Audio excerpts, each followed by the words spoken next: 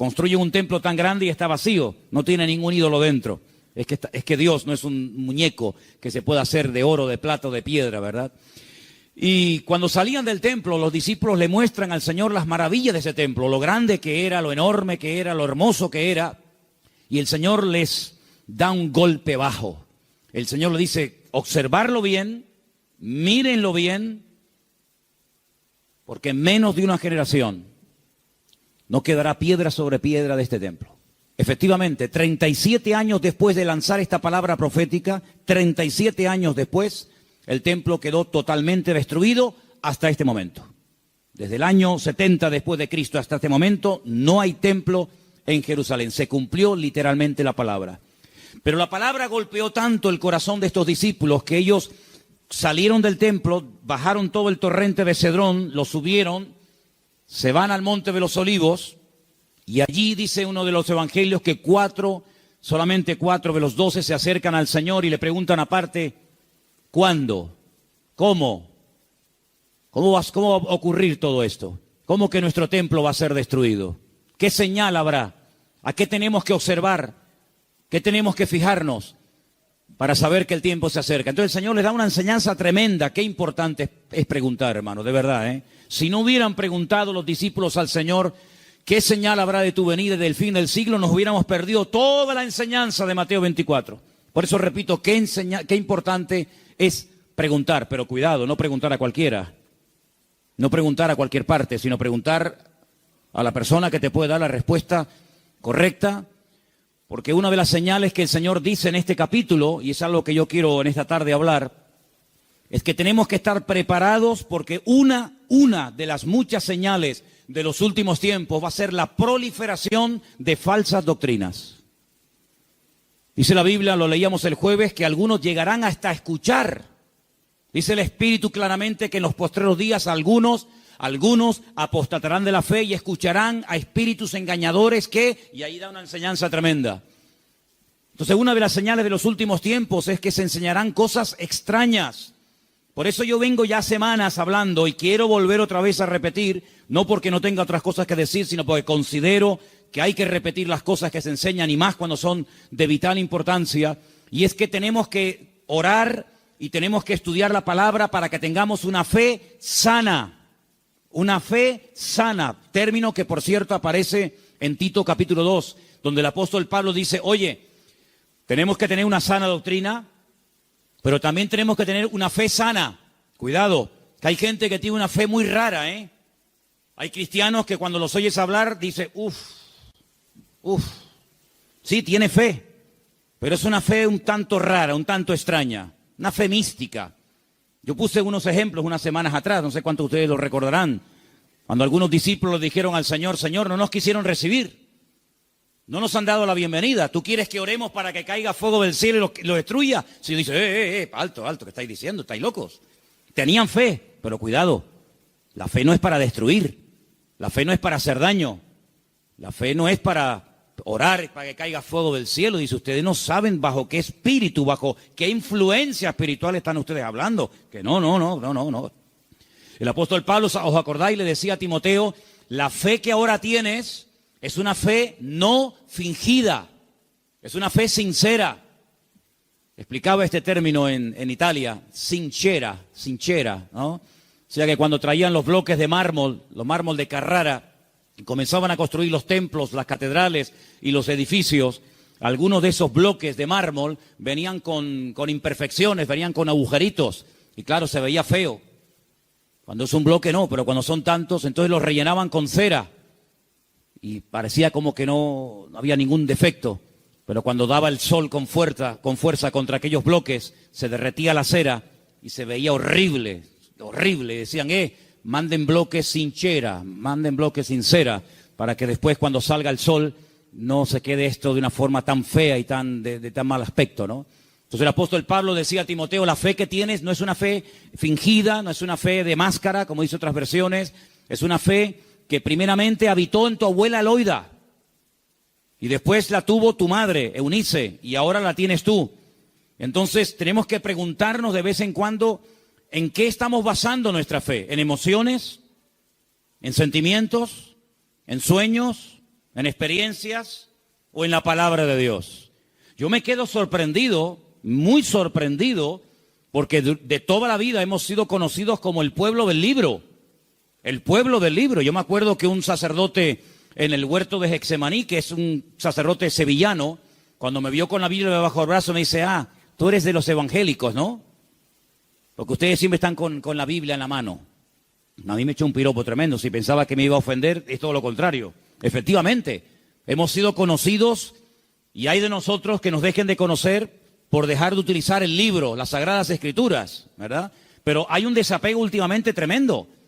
Claro, se ha metido la gente en el mundo del internet y se ha metido en los cultos a distancia y se ha metido por aquí y por allá, que han entrado en las iglesias cosas pero muy, muy raras, muy extrañas. El jueves les conté algunas cosas que he visto ahora. He visto allí en Milán, donde he estado ahora mismo. Creyentes que están asustados, creyentes que si la maldición, que si... Pero vamos a ver, hermanos, pero dice la Biblia que somos más que vencedores, que mayor es el que está en nosotros que el que viene contra nosotros. Creyentes que solamente desde que Yo conocí ahora un matrimonio de hermanos de Ecuador que llevaban más de 10 años en esa congregación y dice, hermano, nos ha impactado mucho cómo usted la palabra. Y le digo, bueno, es que yo predico de la palabra. Y dice, es que yo hace años que no escucho un mensaje de la palabra. Digo, bueno, ¿y usted qué escucha entonces? Pues dinero, pide, y dame. Digo, pero eso no es evangelio. Eso no es el evangelio. Yo no sé de dónde se han sacado esas enseñanzas.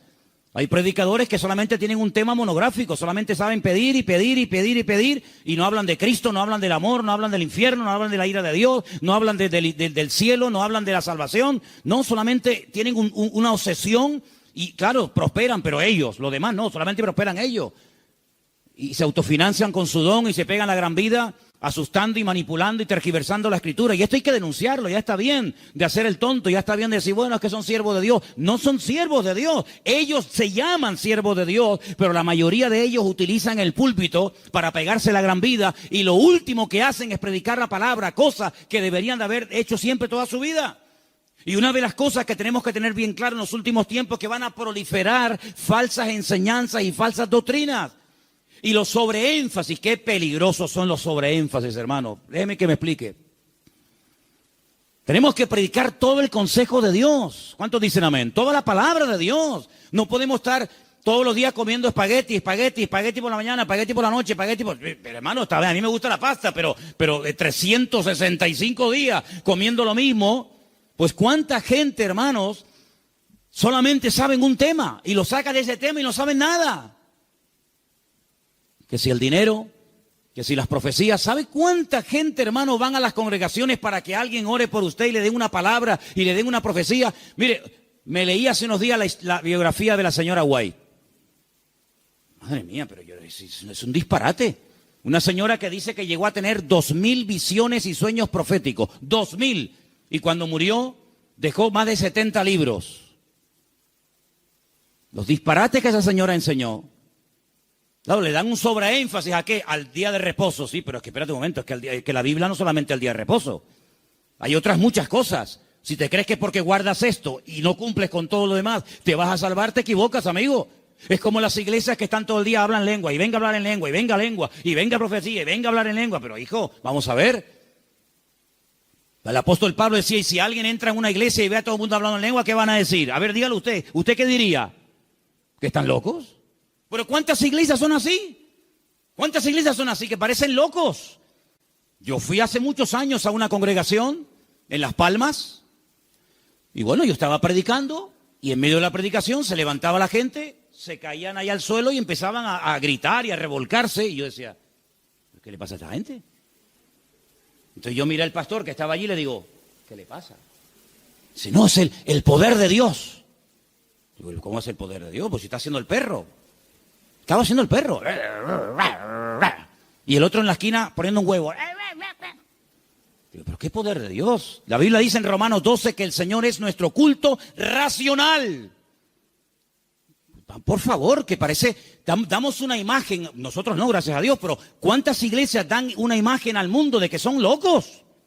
Y ya está bien, hermano, de callarnos, y ya está bien de decir, bueno, son así. No, son barbaridades que avergüenzan al Evangelio. Y tenemos que denunciarlo porque el que sabe hacer lo bueno y no lo hace es copartícipe con eso.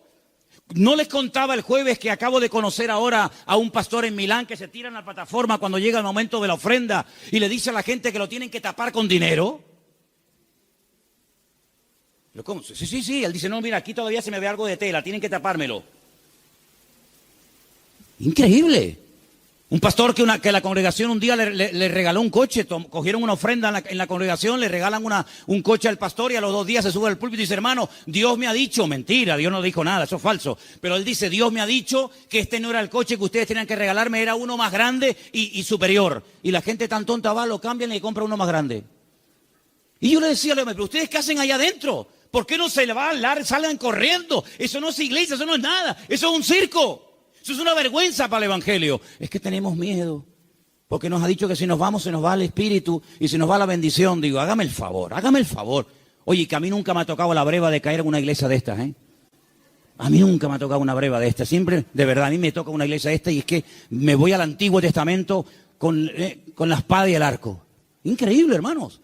Entonces tenemos que retornar a la palabra de Dios es nuestra base. No podemos entrar en locuras, en disparate. Todo lo que usted pueda pensar, soñar, sentir o lo que sea, si no va de acuerdo 100% con la palabra, no es de Dios. La palabra de Dios es la base, es el fundamento de nuestra fe. Y no necesitamos nada más que la palabra y nuestra experiencia, nuestra relación con el Señor.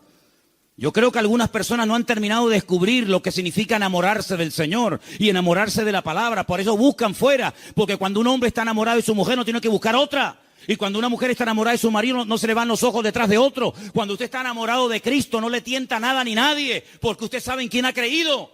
Y a mí me da la impresión de que hay mucha gente hoy en día en las iglesias que son religiosos, pero no han nacido de nuevo, porque la persona que nace de nuevo no hace estas barbaridades, porque ofende al Señor. O no conocemos la historia de este joven llamado José, un hombre que nunca fue a un culto. José nunca fue a ningún culto. José nunca leyó la Biblia. Pero José un día tuvo un momento en el que fue tentado y él dijo, yo no puedo hacer esto porque pecaré contra mi Dios. Y uno dice, pero ¿cómo sabía este hombre que eso era pecado? Porque él tenía comunión con el Señor. Y cuando una persona tiene comunión con el Señor y conoce al Señor, sabe lo que le agrada y lo que no le agrada al Señor, aunque no lo hayas leído. Porque el Espíritu Santo que mora en ti te da testimonio de que eso es o no es la voluntad del Señor. ¿Cuántos dicen amén? Entonces hay que retornar a la Biblia, hermanos.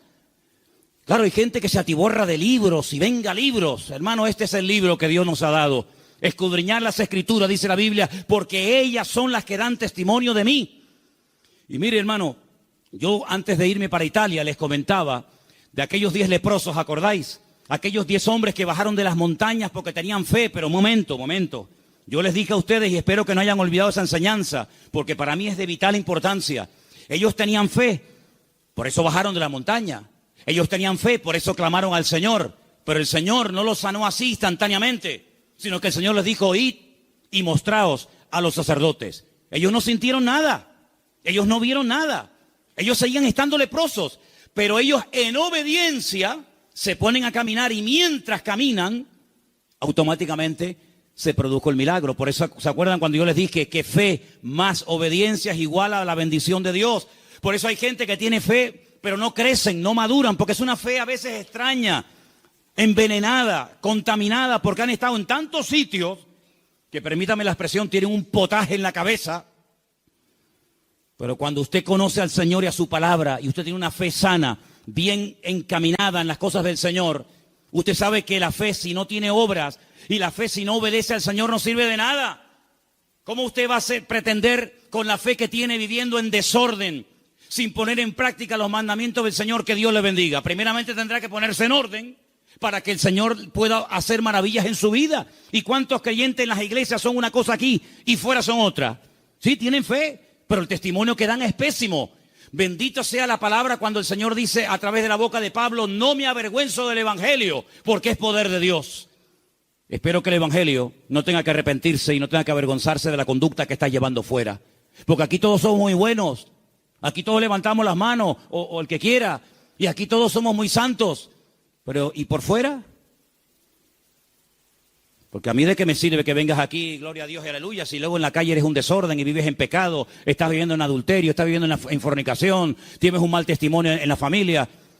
No, si tienes que plantearte tu relación con Dios. ¿A qué vienes aquí? ¿A cambiar o a qué? ¿A fichar como en un trabajo? No, fui al culto.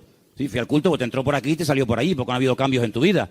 Esta es una iglesia donde queremos que la gente venga, gloria a Dios, sí, pero que vengan a cambiar. Y que sepan que aquí no vamos a estar con tonterías ni con experiencias extrasensoriales, sino que aquí te vamos a llevar a la palabra. Y la palabra te va a hablar y el Espíritu va a hablar a tu corazón. Y en cuanto veamos cosas extrañas que no son de Dios, pues te las tendremos que decir. Y claro, algunos esta cosa no lo entienden y dicen, no, es que aquí no hay amor.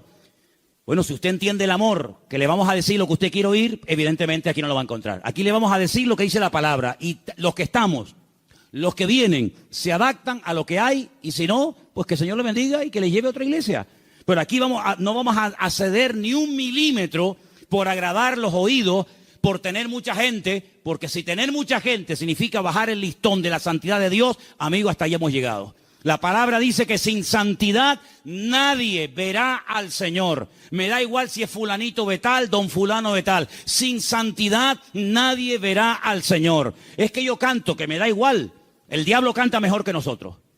Sin santidad nadie verá al Señor. ¿Qué es santidad? Vivir como Dios manda.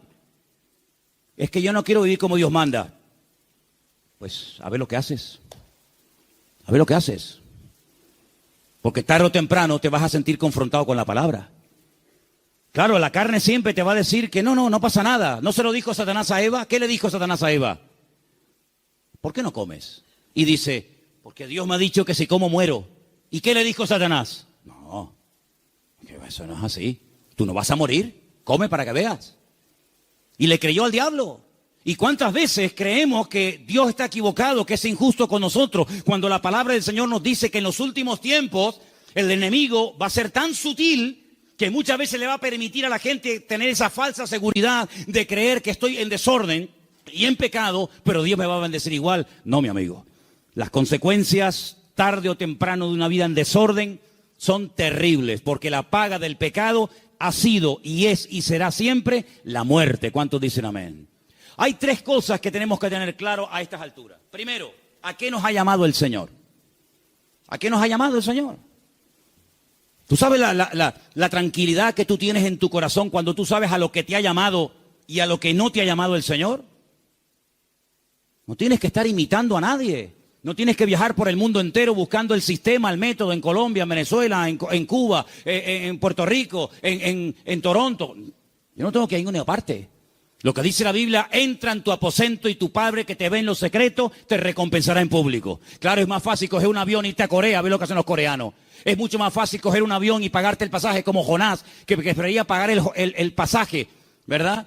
Y mantener la rebeldía que dar marcha atrás. Es mucho más fácil coger un avión y decir, a ver, una iglesia que esté creciendo mucho, a Nigeria, ahí nos vamos todos. Ahora a Pensacola, ahora a Toronto, ahora, hermanos, a donde tenemos que ir, dice el Señor, venid a mí, los trabajados y cargados, que yo os haré descansar. ¿Cuántos dicen amén? Entonces, tener claro a lo que nos ha llamado el Señor y a lo que no nos ha llamado. No hay una iglesia 100% completa. Yo les digo, esta iglesia no es completa. Tenemos muchas carencias. No somos una iglesia fuerte en misiones, no tenemos misioneros ahora mismo en el mundo. Tenemos un montón de carencias, pero creemos que hay un área en la que el Señor nos puede utilizar. Pero hermanos, hay congregaciones que pretenden hacerlo todo, lo entienden todo, lo saben todo. Y la Biblia nos enseña que somos un cuerpo y que nos necesitamos los unos de los otros. Y capaz que lo que el Señor nos ha dado, tal vez no lo tenga el hermano de la esquina, pero el hermano de la esquina seguro que Dios le ha dotado con algo que nos hace falta a nosotros. Y así nos complementamos y trabajamos en el mismo sentir, en un cuerpo en el Señor. ¿Cuántos dicen amén? Nuestra identidad, ay hermano, la identidad. Esto es algo que trae de cabeza a miles de personas, porque la gente tiene que tener una identidad, y si no la encuentran en la casa, la va a encontrar en el fútbol, y si no, en cualquier otro lado. ¿Nuestra identidad? ¿De dónde viene nuestra identidad? Nuestra identidad viene de Cristo. Nuestra identidad viene del Señor. Yo no tengo que ponerme ahora todo el cuerpo lleno de tatuajes para sentirme, digamos, querido y respetado por un cierto sector de la sociedad. No. ¿Sabes qué? Yo he sido aceptado por Cristo tal y como soy, con mis defectos, con mis virtudes y con mis debilidades. ¿Cuántos dicen amén? Ahora, si usted tiene complejos, si usted no se termina de aceptar a sí mismo, pues usted no va a crecer y usted no va a madurar hasta que tú no le des gracias a Dios por el cuerpo que tienes y le digas gracias, Señor, porque tú me hiciste así, usted no va a poder disfrutar de la vida. Su identidad tiene que venir de la fuente. ¿Y cuál es la fuente de la que bebemos? Nuestro Señor Jesucristo. Eso nos ayuda a descubrir nuestras limitaciones. Eso nos ayuda a saber lo que tenemos y lo que no tenemos. ¿Han oído el pasaje del libro de los Hechos cuando dice la Biblia que a la hora de la oración subían Pedro y Juan al templo a orar y dice que había ahí un mendigo que les pidió limosna? Lo conocéis, ¿verdad? Conocido. ¿Qué le dijo Pedro al paralítico? No tengo. ¿Qué? Fíjate tú, un hombre que con la sombra sanaba a los enfermos. Un hombre que oró por muertos y los resucitó. Un hombre que caminó por encima de las aguas. Un hombre que un día fue a pescar, le abrió la boca al pez y sacó una moneda dentro. ¿Te imaginas que nos pase eso a nosotros? Un hombre que vio milagros del Señor y dice, no tengo ni plata ni oro. ¿Tú te imaginas que ese hombre fuera un predicador hoy en día? ¿Sería multimillonario? Si muchos son unos mequetrefes que no saben ni hablar en público y viven a cuerpo de rey, tú imagínate un predicador hoy en día que tuviera el currículum que tenía Pedro. Sería algo increíble. Pedro dijo, no tengo ni plata ni oro, pero tengo algo que ni con todo el oro del mundo puedes comprar. Y le dijo al hombre con toda la autoridad, porque sabía lo que tenía. Porque cuando uno sabe lo que tiene, se mueve con autoridad. Y cuando no sabes que tienes eso, pues mejor estate quieto. En el nombre de Jesucristo, levántate y camina. Y el Señor hizo un milagro tremendo. Entonces las iglesias, los creyentes hoy en día, tenemos que saber a lo que Dios nos ha llamado. Tenemos que saber lo que tenemos y lo que no tenemos. Y darle gracias al Señor, porque Dios con nosotros ha sido tremendamente fiel. Y a unos le da 30, a otros le da 60, a otros le da 100. Y cada uno tiene que saber moverse en el área donde Dios lo ha puesto. ¿Cuántos dicen amén? Pero no escondas, como decía Pierre hace un rato, no escondas el talento bajo tierra. Porque hay gente que a lo mejor tiene un talento, pero no lo usan. Y yo conozco muchos creyentes que no están usando lo que Dios les ha dado. No lo están usando. Están más preocupados en conseguir un buen trabajo que en servir a Dios. Están más preocupados en pagar lo que deben que decir, Señor, yo todavía no sé el don que tengo. Si yo me pusiera a preguntarle a muchos creyentes hoy en día, ¿cuál es el don que Dios le dio a usted? ¿Cuál es el don que Dios le dio a usted? Muchos dirían, no lo sé. Y llevan toda la vida en la iglesia. Entonces, en estos años, ¿qué has hecho? Porque si no sabes a lo que Dios te ha llamado, si no sabes cuál es el don que tienes, la pregunta es, ¿usted qué ha hecho en los 10 años que lleva en el culto? ¿Qué es lo que usted ha hecho? Queridos hermanos, es el tiempo de que le preguntemos honestamente al Señor, y está el año a punto de terminar, Señor, ¿en qué área tú quieres utilizar mi vida? Porque el Señor tiene grandes sorpresas para todos y para cada uno de nosotros. ¿Cuántos dicen amén? Ahora, hermano, escúcheme una cosa. Dios quiere que crezcamos en todas las áreas. Como dije antes, el sobreenfatizar algo, el crecer demasiado en un área, olvidándonos de otras, lo que produce son monstruos. Hay gente que le da un énfasis tremendo a la oración. Y claro, la oración es muy importante, hay que orar, claro que sí. Pero no tienen ni papa, no tienen ni idea de la Biblia. Por otra parte, hay gente que está todo el día con la Biblia, leyendo, memorizando y estudiando, pero nunca oran. Luego, tenemos que crecer con un equilibrio, de tal manera que no seamos como un monstruo que crece mucho en un área, pero nada en otro área. Y tenemos que dedicarle tiempo al Señor a decir, Señor, yo quiero crecer espíritu, alma y cuerpo, como dice la palabra. ¿Cuál fue el último libro que leíste? Sin contar la Biblia. ¿Cuál fue el último libro que leíste? Hay cristianos que no leen nada. Hay cristianos que no leen nunca nada. ¿Y cómo van ustedes a contactar? ¿Y cómo van ustedes a evangelizar? ¿Y cómo van ustedes a dialogar con personas del mundo que no leen la Biblia, sino que leen y están preocupados con otras cosas? Si tú no estás puesto en lo que el mundo habla y comenta, ¿cómo vamos a alcanzarlos si no saben ni por dónde empieza una conversación, ni por dónde termina? Hay gente que no trabaja, ni estudia, ni hacen nada. Y son las víctimas y son las personas más propensas a caer en desánimo, en depresión y en pecado.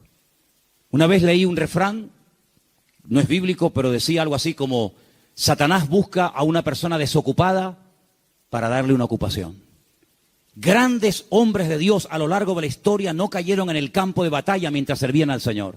Grandes personajes de la historia no cayeron cuando estaban activos sirviendo al Señor, sino en tiempos de ociosidad, cuando se aburrían, cuando no tenían otra cosa que hacer, porque para pecar hace falta tener tiempo. Por lo tanto, no desperdicien el tiempo, hermano, pídanle al Señor: Señor, ayúdame a utilizar el tiempo. Si tienes tiempo libre, ponte a orar, congrégate, busca un libro, un buen libro para estudiar, para servir al Señor, para prepararte, pero no estés todo el santo día sin hacer nada, porque eso tarde o temprano se va a volver en tu contra y te va a crear grandes problemas. Quiero también comentar algo que para mí es de vital importancia. Hay gente que por la timidez, por el temor, por el miedo al qué dirán, no terminan nunca de dar el paso. Y déjame que te diga que hay una mujer en la Biblia que tenía un tesoro increíble, lo quería consagrar, lo quería entregar al Señor, pero no fue de utilidad su tesoro, no fue de bendición lo que ella tenía, hasta que rompió el vaso de alabastro y ungió con ese perfume al Señor, y dice que toda la casa se llenó del olor del perfume. ¿Cuánto tiempo hace que no caes quebrantado en la presencia del Señor? Hay gente que tiene los ojos muy secos, hace tiempo que no lloran, que no se quebrantan en la presencia del Señor. Viven secos como palos, como aquel valle de huesos secos, que dice que eran muchos, pero estaban secos. Estaban secos, no había vida, no había espíritu en ellos. Y le dice el Señor a través del profeta Ezequiel: profetízale a los huesos. Háblales a los huesos. Dice que cuando entró el Espíritu de Dios en ellos, se convirtieron en un gran ejército. No seas un hueso seco en un culto. No seas un hueso seco, escucha que te escucha, escucha que te escucha, pero nunca compartes la bendición. Nunca abres tu corazón a otras personas que están igual o peor que tú en un momento determinado. Pídele al Señor antes de que finalice el año, que está ya, como quien dice, a la vuelta de la esquina, poder ganar almas a los pies de Cristo. ¿Cuál fue la última persona que ganaste para Cristo? Yo estoy seguro, no lo voy a preguntar, porque no quiero que te sientas mal. Bueno, sí quiero que te sientas mal. Sí. No, que si no sería falso. Sí quiero que te sientas mal. ¿Cuántas almas has ganado para el Señor en este año? ¿10? ¿5? ¿1? No has ganado a nadie este año. Si yo no gano ni un alma para Cristo en un año, yo me muero. Le diría al Señor: Señor, llévame contigo. Ya mi ministerio se secó, ya se secó. ¿Sabe lo que pasar 365 días, viajar, comprar, ir de vacaciones, disfrutar de la vida, de lo que tienes, trabajar, estudiar y no ganar ni un alma para Cristo? Eso se llama esterilidad, amigo. ¿Y cuántos creyentes son estériles? ¿Cuántos creyentes son estériles? No han tenido el privilegio de llevar ni a uno en 365 días a los pies de Cristo. ¿Cuántas Biblias has repartido este año? ¿50? ¿25? ¿10? ¿Ninguna? ¿Cuántos folletos has repartido este año para invitar a alguien a un culto? Hablarle del Señor. Esa es nuestra realidad. Esa es la realidad del pueblo de Dios. Por eso cuando me dicen: hermano, ¿por qué hoy en día no hay tantos milagros como hace 2000 años? Es que es normal. Porque el nivel de consagración y de compromiso del creyente del siglo XXI no tiene nada que ver con el creyente de los primeros siglos de la era cristiana. Aquella gente vivía para y por Cristo. Estaban obsesionados con el Señor. Hoy en día es muy, muy, muy difícil encontrar a uno en una iglesia que tenga las ideas claras, que dedique tiempo a la semana, 1 hora a la semana, un par de horas a la semana, para decir: ahora no voy a trabajar, no voy a ni móviles, ni internet, ni nada, sino voy a salir a la calle a ver si el Señor me pone a alguien en el camino, voy a evangelizar a un chico en el parque, a una señora que esté por ahí caminando. Es muy difícil encontrar a jóvenes, incluso hoy en día, obsesionados por Cristo. Yo le decía hace poco a un pastor: en mi época, cuando yo me convertí al Señor, todos los jóvenes en mi iglesia solamente queríamos una cosa: ir a la escuela bíblica, prepararnos y servir al Señor. Esa era la obsesión. Llegamos a ser hasta criticados. Algunos de la congregación decían: pero ¿ahora qué pasa? ¿Que todo el mundo se quiere ir al seminario y prepararse para servir al Señor? Hasta recibimos crítica en aquellos tiempos. Y en aquellos años surgieron un montón de pastores que hasta el día de hoy, son los que están. Pero pastores que ya tenemos 50 y pico años largos, porque te hablo hace ya 30 y tantos años atrás.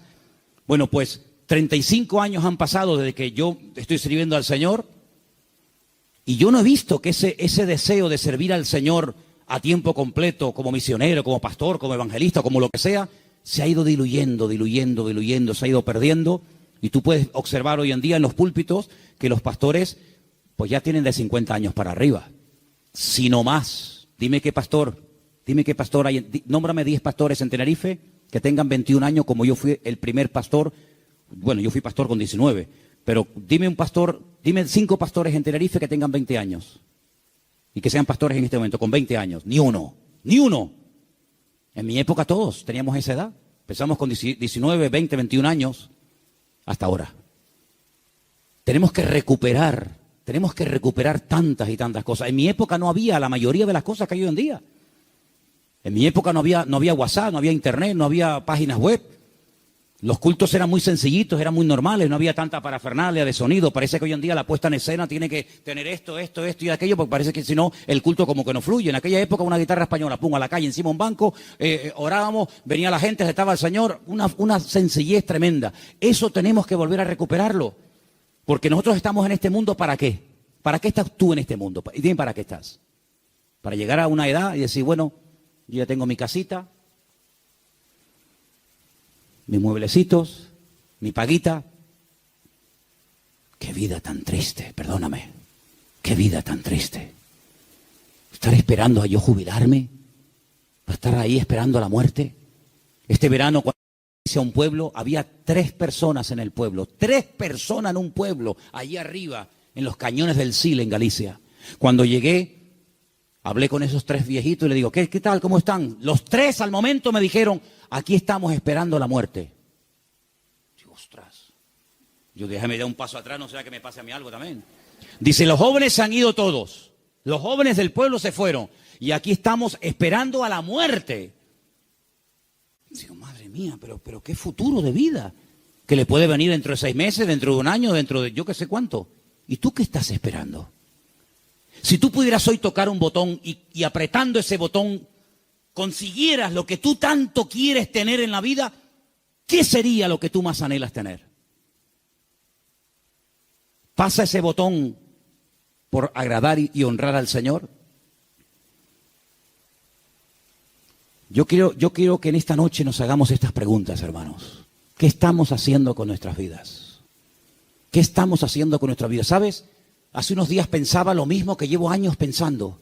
Se nos ha ido otra vez el año. Hoy es 20, ¿no? 20 de noviembre. Pero si es que parece que el otro día estábamos en el retiro con el pastor Antonio en el Puerto de la Cruz. Y yo me acuerdo que el otro día tuvimos el retiro donde hablábamos de Amalek. ¿Se acuerdan? Pues, ¿cómo puedes pasar tanto tiempo? Y el campamento de jóvenes ya pasó. Y las vacaciones de verano se fueron. Otro invierno más. Y ahora, este mes, así, volando. Llega diciembre y otro año más. Hermanos, algo tiene que cambiar en nuestras vidas. Te tienes que replantear tu tiempo, tu vida, tu juventud, tu matrimonio, tu familia de una forma diferente. Tú no puedes ser un parásito en una iglesia. Tú no puedes ser una persona ahí sentada 1 año, 2 años, 4 años, 5 años, 10 años, 30 años. Uy, se murió el hermano. Señor, toma, te lo mandamos, otro para arriba. No, hermano. Sea una oveja productiva. Involúcrese en las cosas del Señor. Tenga ilusión por las cosas del Señor. Y yo creo que si nosotros verdaderamente buscamos al Señor de todo corazón, hay tantas cosas que podemos hacer todavía para el Señor. Yo, hermano, yo tengo más ganas de servir al Señor que nunca. Pero yo no quiero que esta iglesia sea un freno para mi vida. Yo no quiero que esta iglesia se convierta en un tapón para mí. Yo tengo mucho más visión que estar aquí. Y yo estoy plenamente convencido de que el mundo, no Tenerife, el mundo nos está esperando. Y el Señor tiene gente aquí que puede utilizar de una forma tremenda. Pero somos nosotros los que tenemos que decir, Señor, cuenta conmigo. Porque quiero terminar diciendo algo. La noche que el Señor Jesucristo sabía que iba a ser entregado, dijo algo tremendo. Dijo, Padre, pasa de mí esta copa. Mas no se haga mi voluntad, sino la tuya. ¿Y saben cuál era la voluntad del Padre en ese momento? Que lo mataran. Es increíble. El año que viene va a ser un año muy interesante. Créanme, va a ser un año tan interesante. Porque ya empezaron los dolores de parto, pero los dolores de parto no duran siempre. No, hermana, yo no entiendo mucho de esto, yo nunca he parido, ¿no? Pero más o menos hablo de la teoría. Los dolores de parto están ahí, pero llega un momento que se acabó el dolor, nace el chiquillo y ya está. Bien. Llevamos años con dolores de parto. Europa ya lleva años en dolores de parto. España ni te cuento. España yo creo que le van a tener que hacer una cesárea dentro de poco, porque no hay forma de que salga el chiquillo, ¿eh? ¿Vale? Estamos con dolores de parto hace mucho tiempo. El año que viene van a salir muchas cosas, van a parir muchas cosas que se han ahí retenido con dolor. Bien. Estoy recibiendo llamadas de Estados Unidos, muy interesantes, por cierto. Para muchos, sobre todo para gente de Latinoamérica, más que para gente de Europa, Estados Unidos era el sueño dorado. Yo recibo cada día correos de gente que me dice, he mandado solicitud, he pedido visa a Estados Unidos, me la han denegado, entonces estoy tocando la puerta a ver si usted, no sé qué. No te puedes ni imaginar la cantidad de gente que me escribe cada día de montones de lugares que primero tocan a la puerta del tío Sam. Primero le llaman al tío Sam. Y cuando el tío Sam le dice, por aquí no entra, entonces llaman yo qué sé, a Don Quijote de la Mancha y Sancho Panza, ¿no? Por ejemplo, por un ejemplo. Vean. ¿Cómo van a reaccionar todos aquellos creyentes que se fueron a Estados Unidos creyendo que era el paraíso terrenal? Cuando el señor Trump les diga, usted, y usted, y usted, fuera de aquí. Ay, amigo. A mí se me han abierto muchísimas puertas en Estados Unidos. Me he negado rotundamente a ir. Porque mi confianza y mi refugio no está en América, mi refugio está en Dios. Ahí está mi confianza. Y el libro del Proverbio dice, más vale bocado seco y en paz. ¿Eso qué? Un cacho de pan, pero con la bendición de Dios. ¿Se puede tener un trozo de pan con la bendición de Dios? Sí, claro. ¿Y se puede tener abundancia sin la bendición de Dios? Tan claro, por supuesto. ¿Qué te crees? ¿Que toda abundancia viene del cielo? Ay, amigo. ¿La bendición que es solamente tener o la bendición pasa por ser? Cuidado con eso. ¿Cómo van a reaccionar tantos y tantos que se fueron a América creyendo que aquello era el paraíso terrenal, que ya por fin el sueño dorado se había cumplido y que ahora le digan, vuélvanse a su tierra? Ay, amigo. Ha llegado el momento, hermanos, si no lo veis, lo vais a terminar viendo y entendiendo. Ha llegado el momento que todos los creyentes del mundo, en el único en el que nos vamos a poder refugiar, como siempre ha tenido que ser así, pero parece que se ha olvidado, es en el Señor nuestro Dios. Él es nuestro pronto auxilio en las tribulaciones. Me llaman hermanos de Estados Unidos, ya han empezado las pintadas en iglesias evangélicas de hispanos diciéndole, váyanse a su tierra. No te puedes ni imaginar cuántas. Claro, eso no sale en las televisiones. Incluso persiguiendo ya a algunos judíos. Fíjate tú, el país del mundo donde más judíos hay, más que en Israel, es en Estados Unidos. Y ya muchas sinagogas están vendiendo en Nueva York, en New Jersey, en muchos lugares, porque ya están metiéndose con los mismos judíos. Pero es que todo eso está profetizado, hermanos. Todo eso está escrito. Que cada uno tendrá que volver a su lugar de origen. Y allí el Señor va a entrar en juicio con cada uno de nosotros. Así que el único escondedero, el único refugio va a estar en nuestro Dios. Nuestro refugio es el Señor Dios Todopoderoso. No es un país, no es una nación. Mire, si usted consigue aquí el mejor trabajo del mundo y gana miles de euros, pero usted no tiene la bendición de Dios sobre su vida, lo que usted tiene se va a volver en su contra. Porque he conocido a muchas personas que lo que buscan es una salida económica, un bienestar material, pero usted lo que tiene que buscar es la voluntad de Dios. Porque teniendo la voluntad del Señor, estemos donde estemos, el Señor está a nuestro lado. Ahora, si usted cree que el Dios de Estados Unidos es más grande que el de Garcilaso de la Vega, coja el pasaje y váyase mañana sin falta. Pero el Dios de allá es el Dios de acá y es el Dios en todas partes. Y Él es galardonador de los que le buscan. Nuestra confianza no está en los países, no está en los gobiernos. Nuestra confianza está única y exclusivamente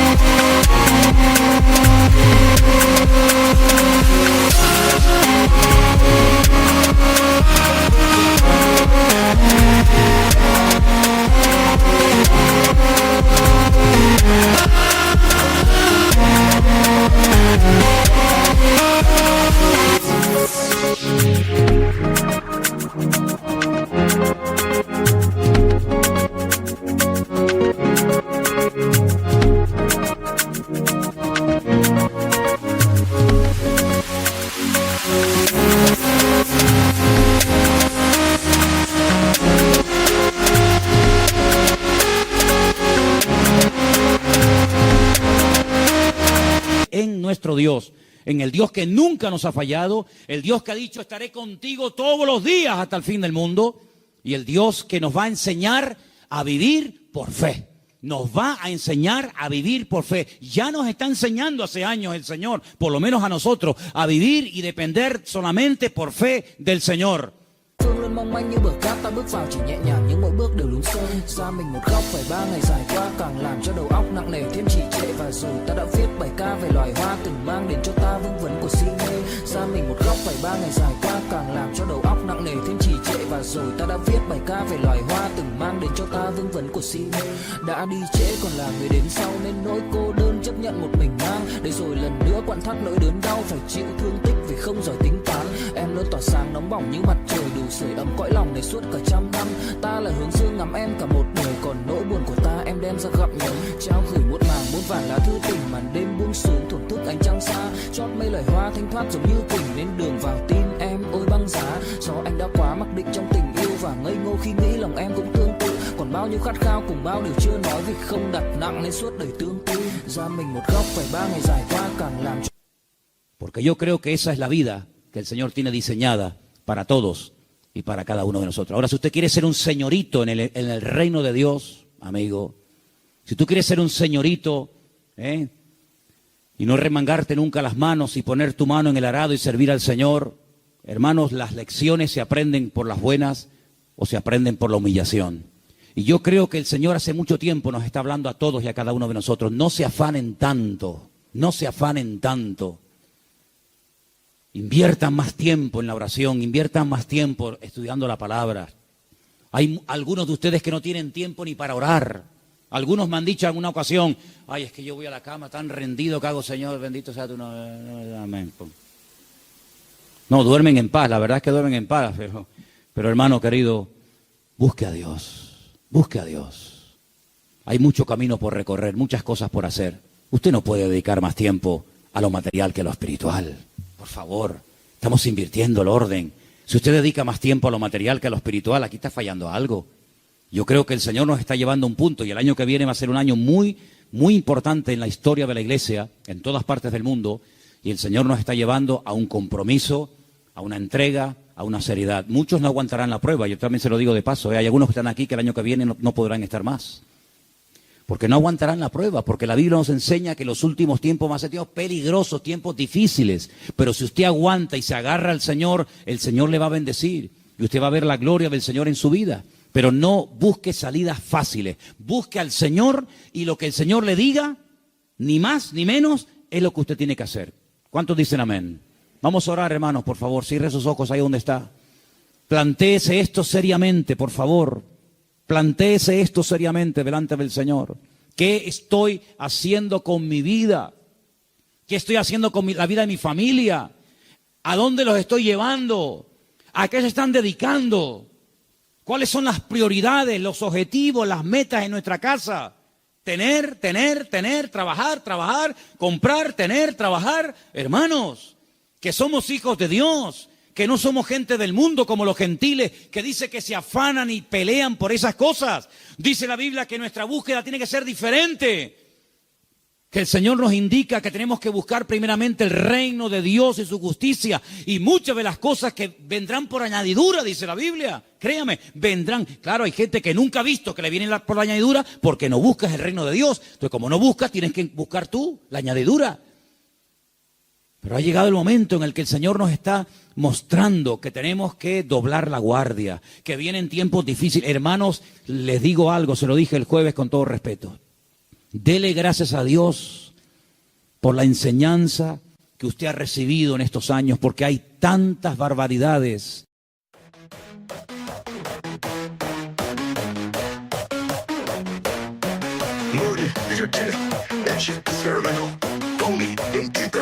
Scared to pass, running, I'm empty, lost in your games. My heart was breaking, you I took the blame. But something woke up deep in my soul, a quiet whisper that took control. Learned to stand, to hold my own, say goodbye to things I know. Oh, the power I know, it set me free. Letting go of what wasn't meant for me. Found my voice, my strength, my own way to grow. Oh, there's beauty in the power of no.